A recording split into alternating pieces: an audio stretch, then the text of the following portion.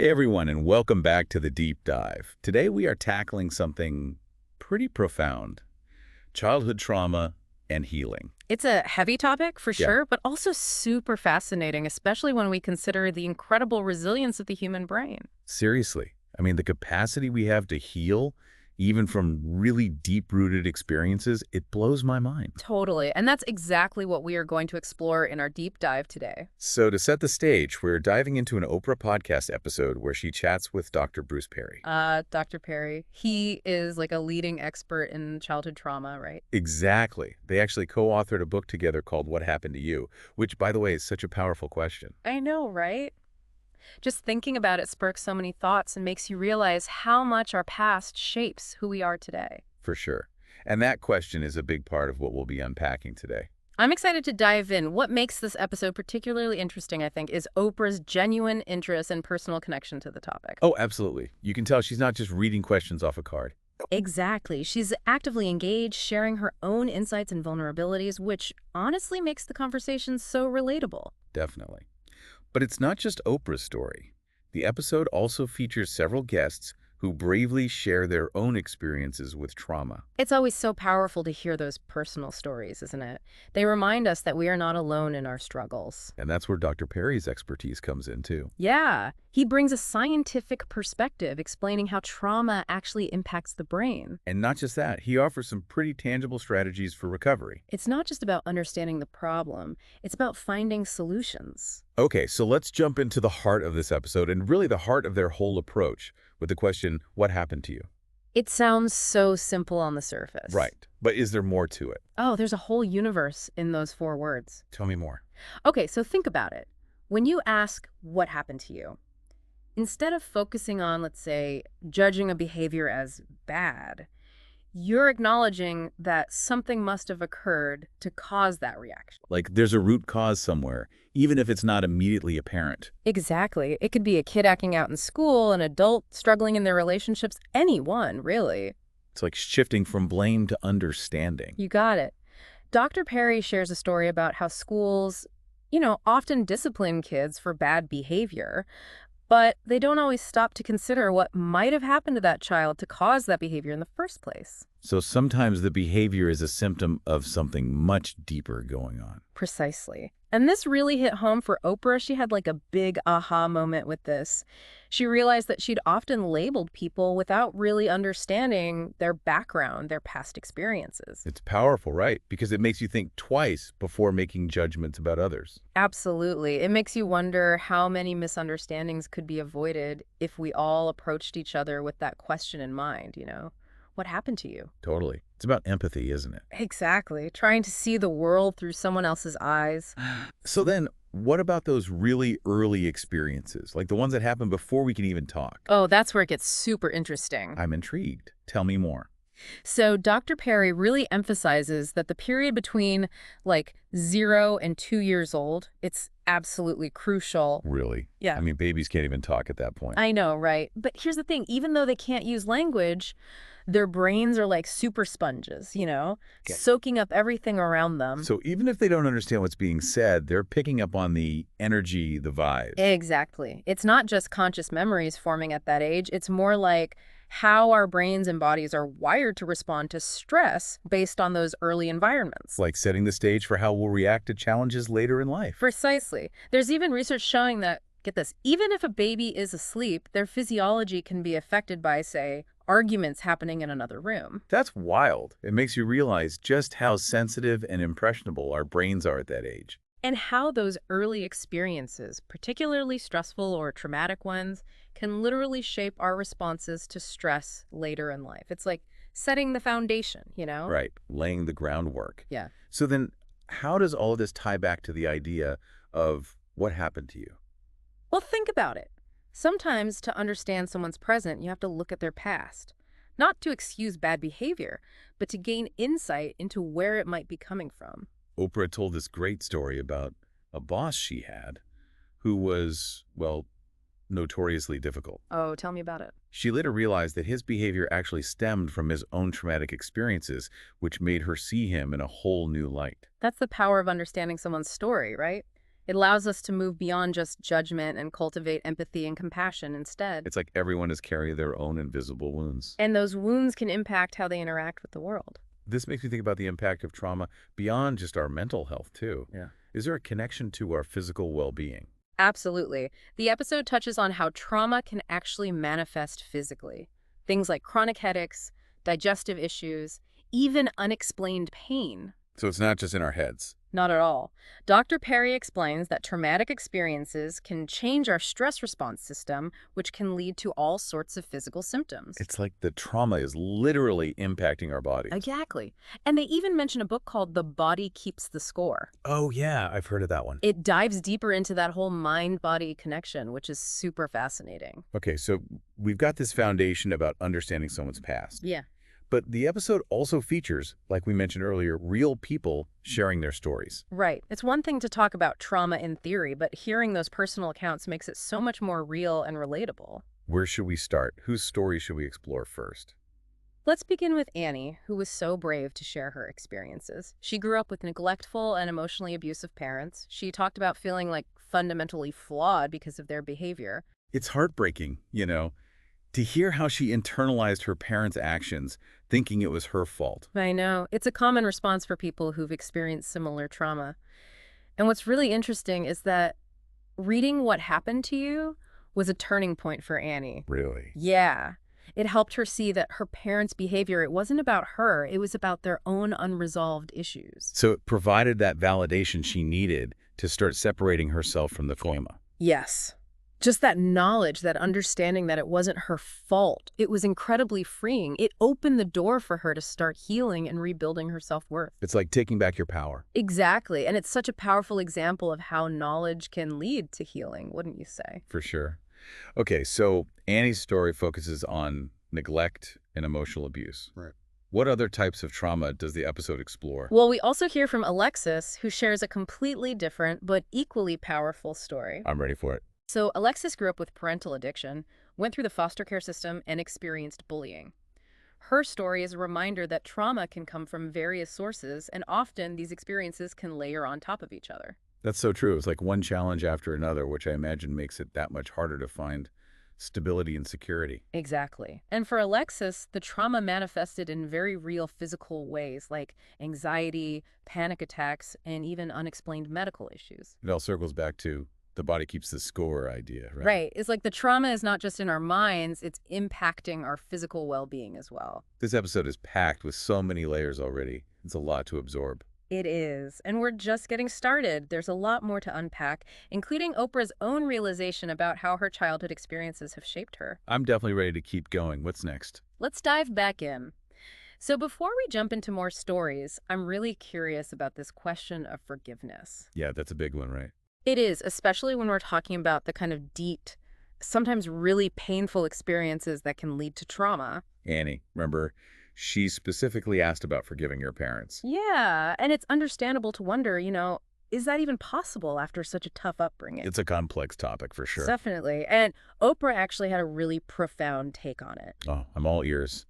What does she have to say? Well, she defined forgiveness as, and this is powerful, giving up the hope that the past could be any different. Whoa, that's deep. Right. It's not about forgetting or excusing what happened. It's more about acceptance. It's about choosing to move forward without being chained to the pain of the past. That makes a lot of sense. It's about releasing that anger and resentment that can just eat us up inside. Exactly. And Oprah was very honest about her own struggles with this. Oh, tell me more. She admitted that she had to work to find things, even small things, that she could genuinely say were positive about her mother. That must have been tough. It was for her, she talked about having to let go of this idealized version she had in her head of what she wished their relationship had been. That's so relatable though, right? I think a lot of us hold on to those idealized versions of people or situations. It's human nature. But sometimes to truly move on, we have to accept people and the past for what they are, not what we wish they were. It's about letting go. Exactly. But then, you think about someone like Judge Esther Salas, who shared her story in the episode, and you wonder, how is forgiveness even possible after such a horrific experience? Right. Her story is just gut-wrenching. It really is. To have her family targeted, her son murdered, her husband shot, it's almost too much to bear. And yet, even in the face of such unimaginable loss, she found a way to keep going. What role did the idea of what happened to you play in her story? Well, for Judge Salas, the book and the idea behind it, it wasn't just theory, it was a lifeline. Wow. It helped her and her husband understand their very different responses to the trauma. Because they each experienced it in their own way. Exactly. And that understanding, that willingness to see things from each other's perspective, it actually saved their marriage.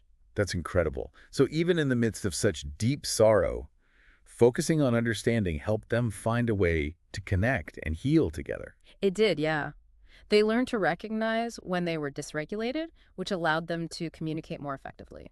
Okay, we've heard that term a few times now. Dysregulated. Can we break that down a bit? Yeah, totally. Think of it like this. When you're regulated, your brain and body are in a state of balance. Like everything is humming along smoothly. Exactly. You're thinking clearly, managing your emotions, responding to challenges in a healthy way. Got it. So then dysregulated is the opposite. It is. It's like your stress response system has gone haywire, you know? It's like fight or flight mode, but it just won't turn off. Yeah, exactly. You might feel overwhelmed, anxious, irritable, maybe even completely shut down. So trauma can make us more prone to dysregulation.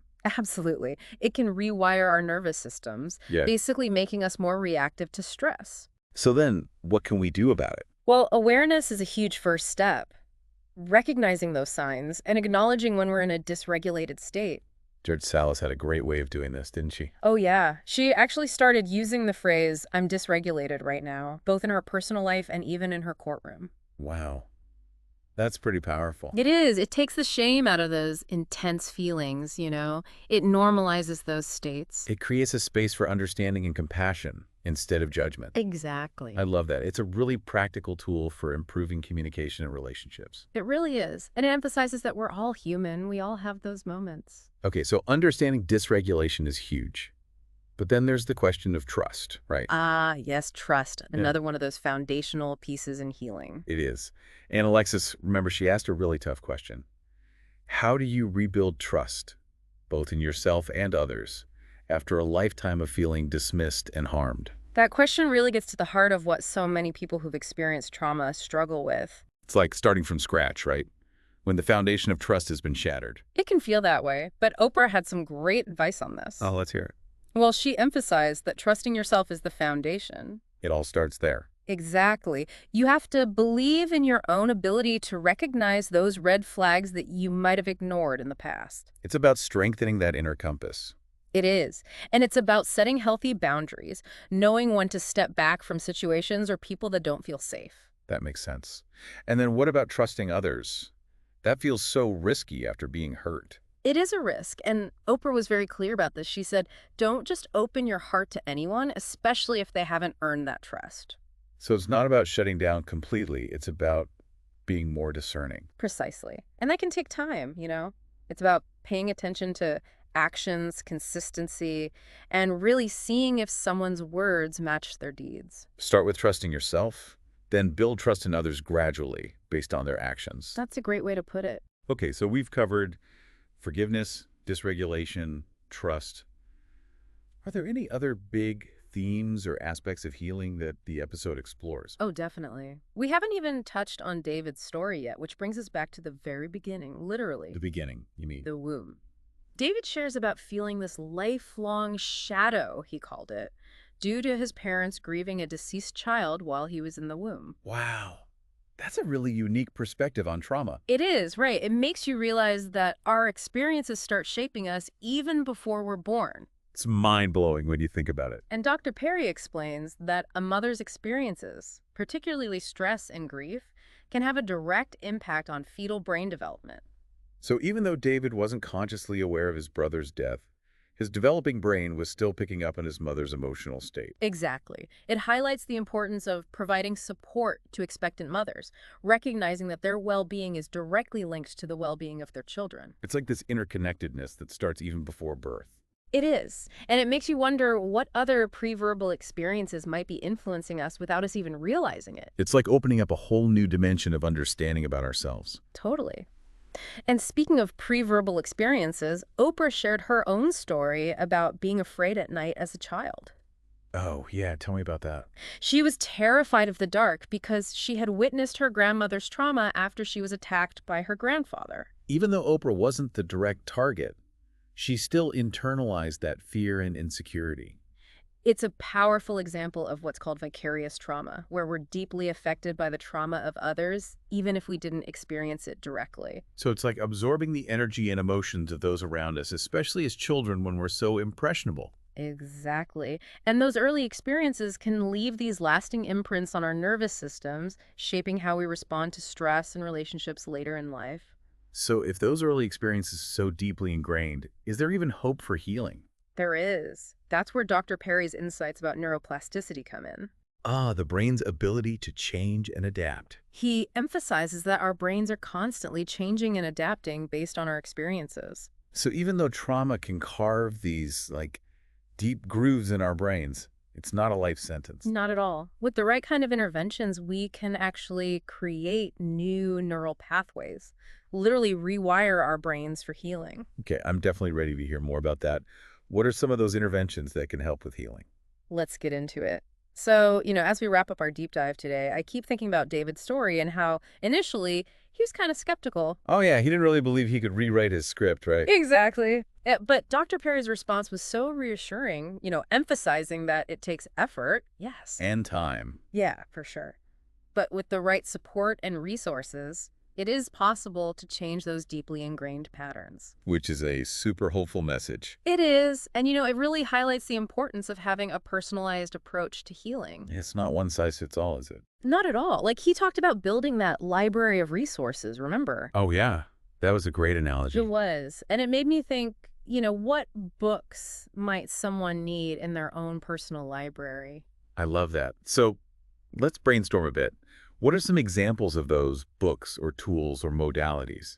Well, we can look to the stories we heard in the episode for inspiration. Yeah, good idea. For David, those rhythmic experiences like dance and movement, those were key. Because they mimicked those early sensations he experienced in the womb. Precisely. For Annie, finding validation through what happened to you, that was huge. It helped her separate herself from her parents' behavior. Exactly. And then Alexis, for her, it was all about learning to trust herself, setting boundaries. So the takeaway is it's about figuring out what works for you, for your unique experiences and needs. Yes. And that's why knowledge is so powerful. Knowing what's out there, the different approaches and resources. Exactly. The more you understand about how trauma impacts you, the better equipped you are to find those resources that will. And it's not just therapy, right? Oprah made a really good point about how healing can come from unexpected places. Oh, yeah, those everyday moments of genuine connection. Remember the story she told about the woman who called her pretty as a speckled pup? It was such a small thing, but it had such a profound impact because it conveyed genuine kindness and appreciation. It's a reminder that we can all be those helpers in each other's lives. We can offer that same warmth and understanding to the people around us. It doesn't have to be some grand gesture. Sometimes the smallest acts of kindness can be the most powerful. It creates that ripple effect of healing, doesn't it? It does. Okay, so we've covered a lot today. I feel like I have pages of notes. Me too. Yeah. But if you had to pick one key takeaway for our listener, what would it be? That's tough. There's so much good stuff here. There is, but I think for me it goes back to that simple but profound question. What happened to you? It really is a game changer, isn't it? It shifts the focus from blame and judgment to curiosity and understanding. It's a question we can ask ourselves, our loved ones, even those people who, maybe challenge us the most. Exactly. It's a reminder that everyone is carrying something, some unseen wound that might be influencing their behavior. And that awareness can lead to so much more empathy and compassion. Absolutely. It can transform the way we interact with the world. Well said. And I think that's a perfect note to end on. I agree. So to our listeners, thank you so much for joining us on this deep dive into childhood trauma and healing. It was a pleasure exploring this with you all. Remember, healing is possible, and there is support out there. Keep asking questions, keep learning, and keep believing in your own capacity for growth and transformation. And as always, thanks for tuning in to The Deep Dive. We'll catch you next time.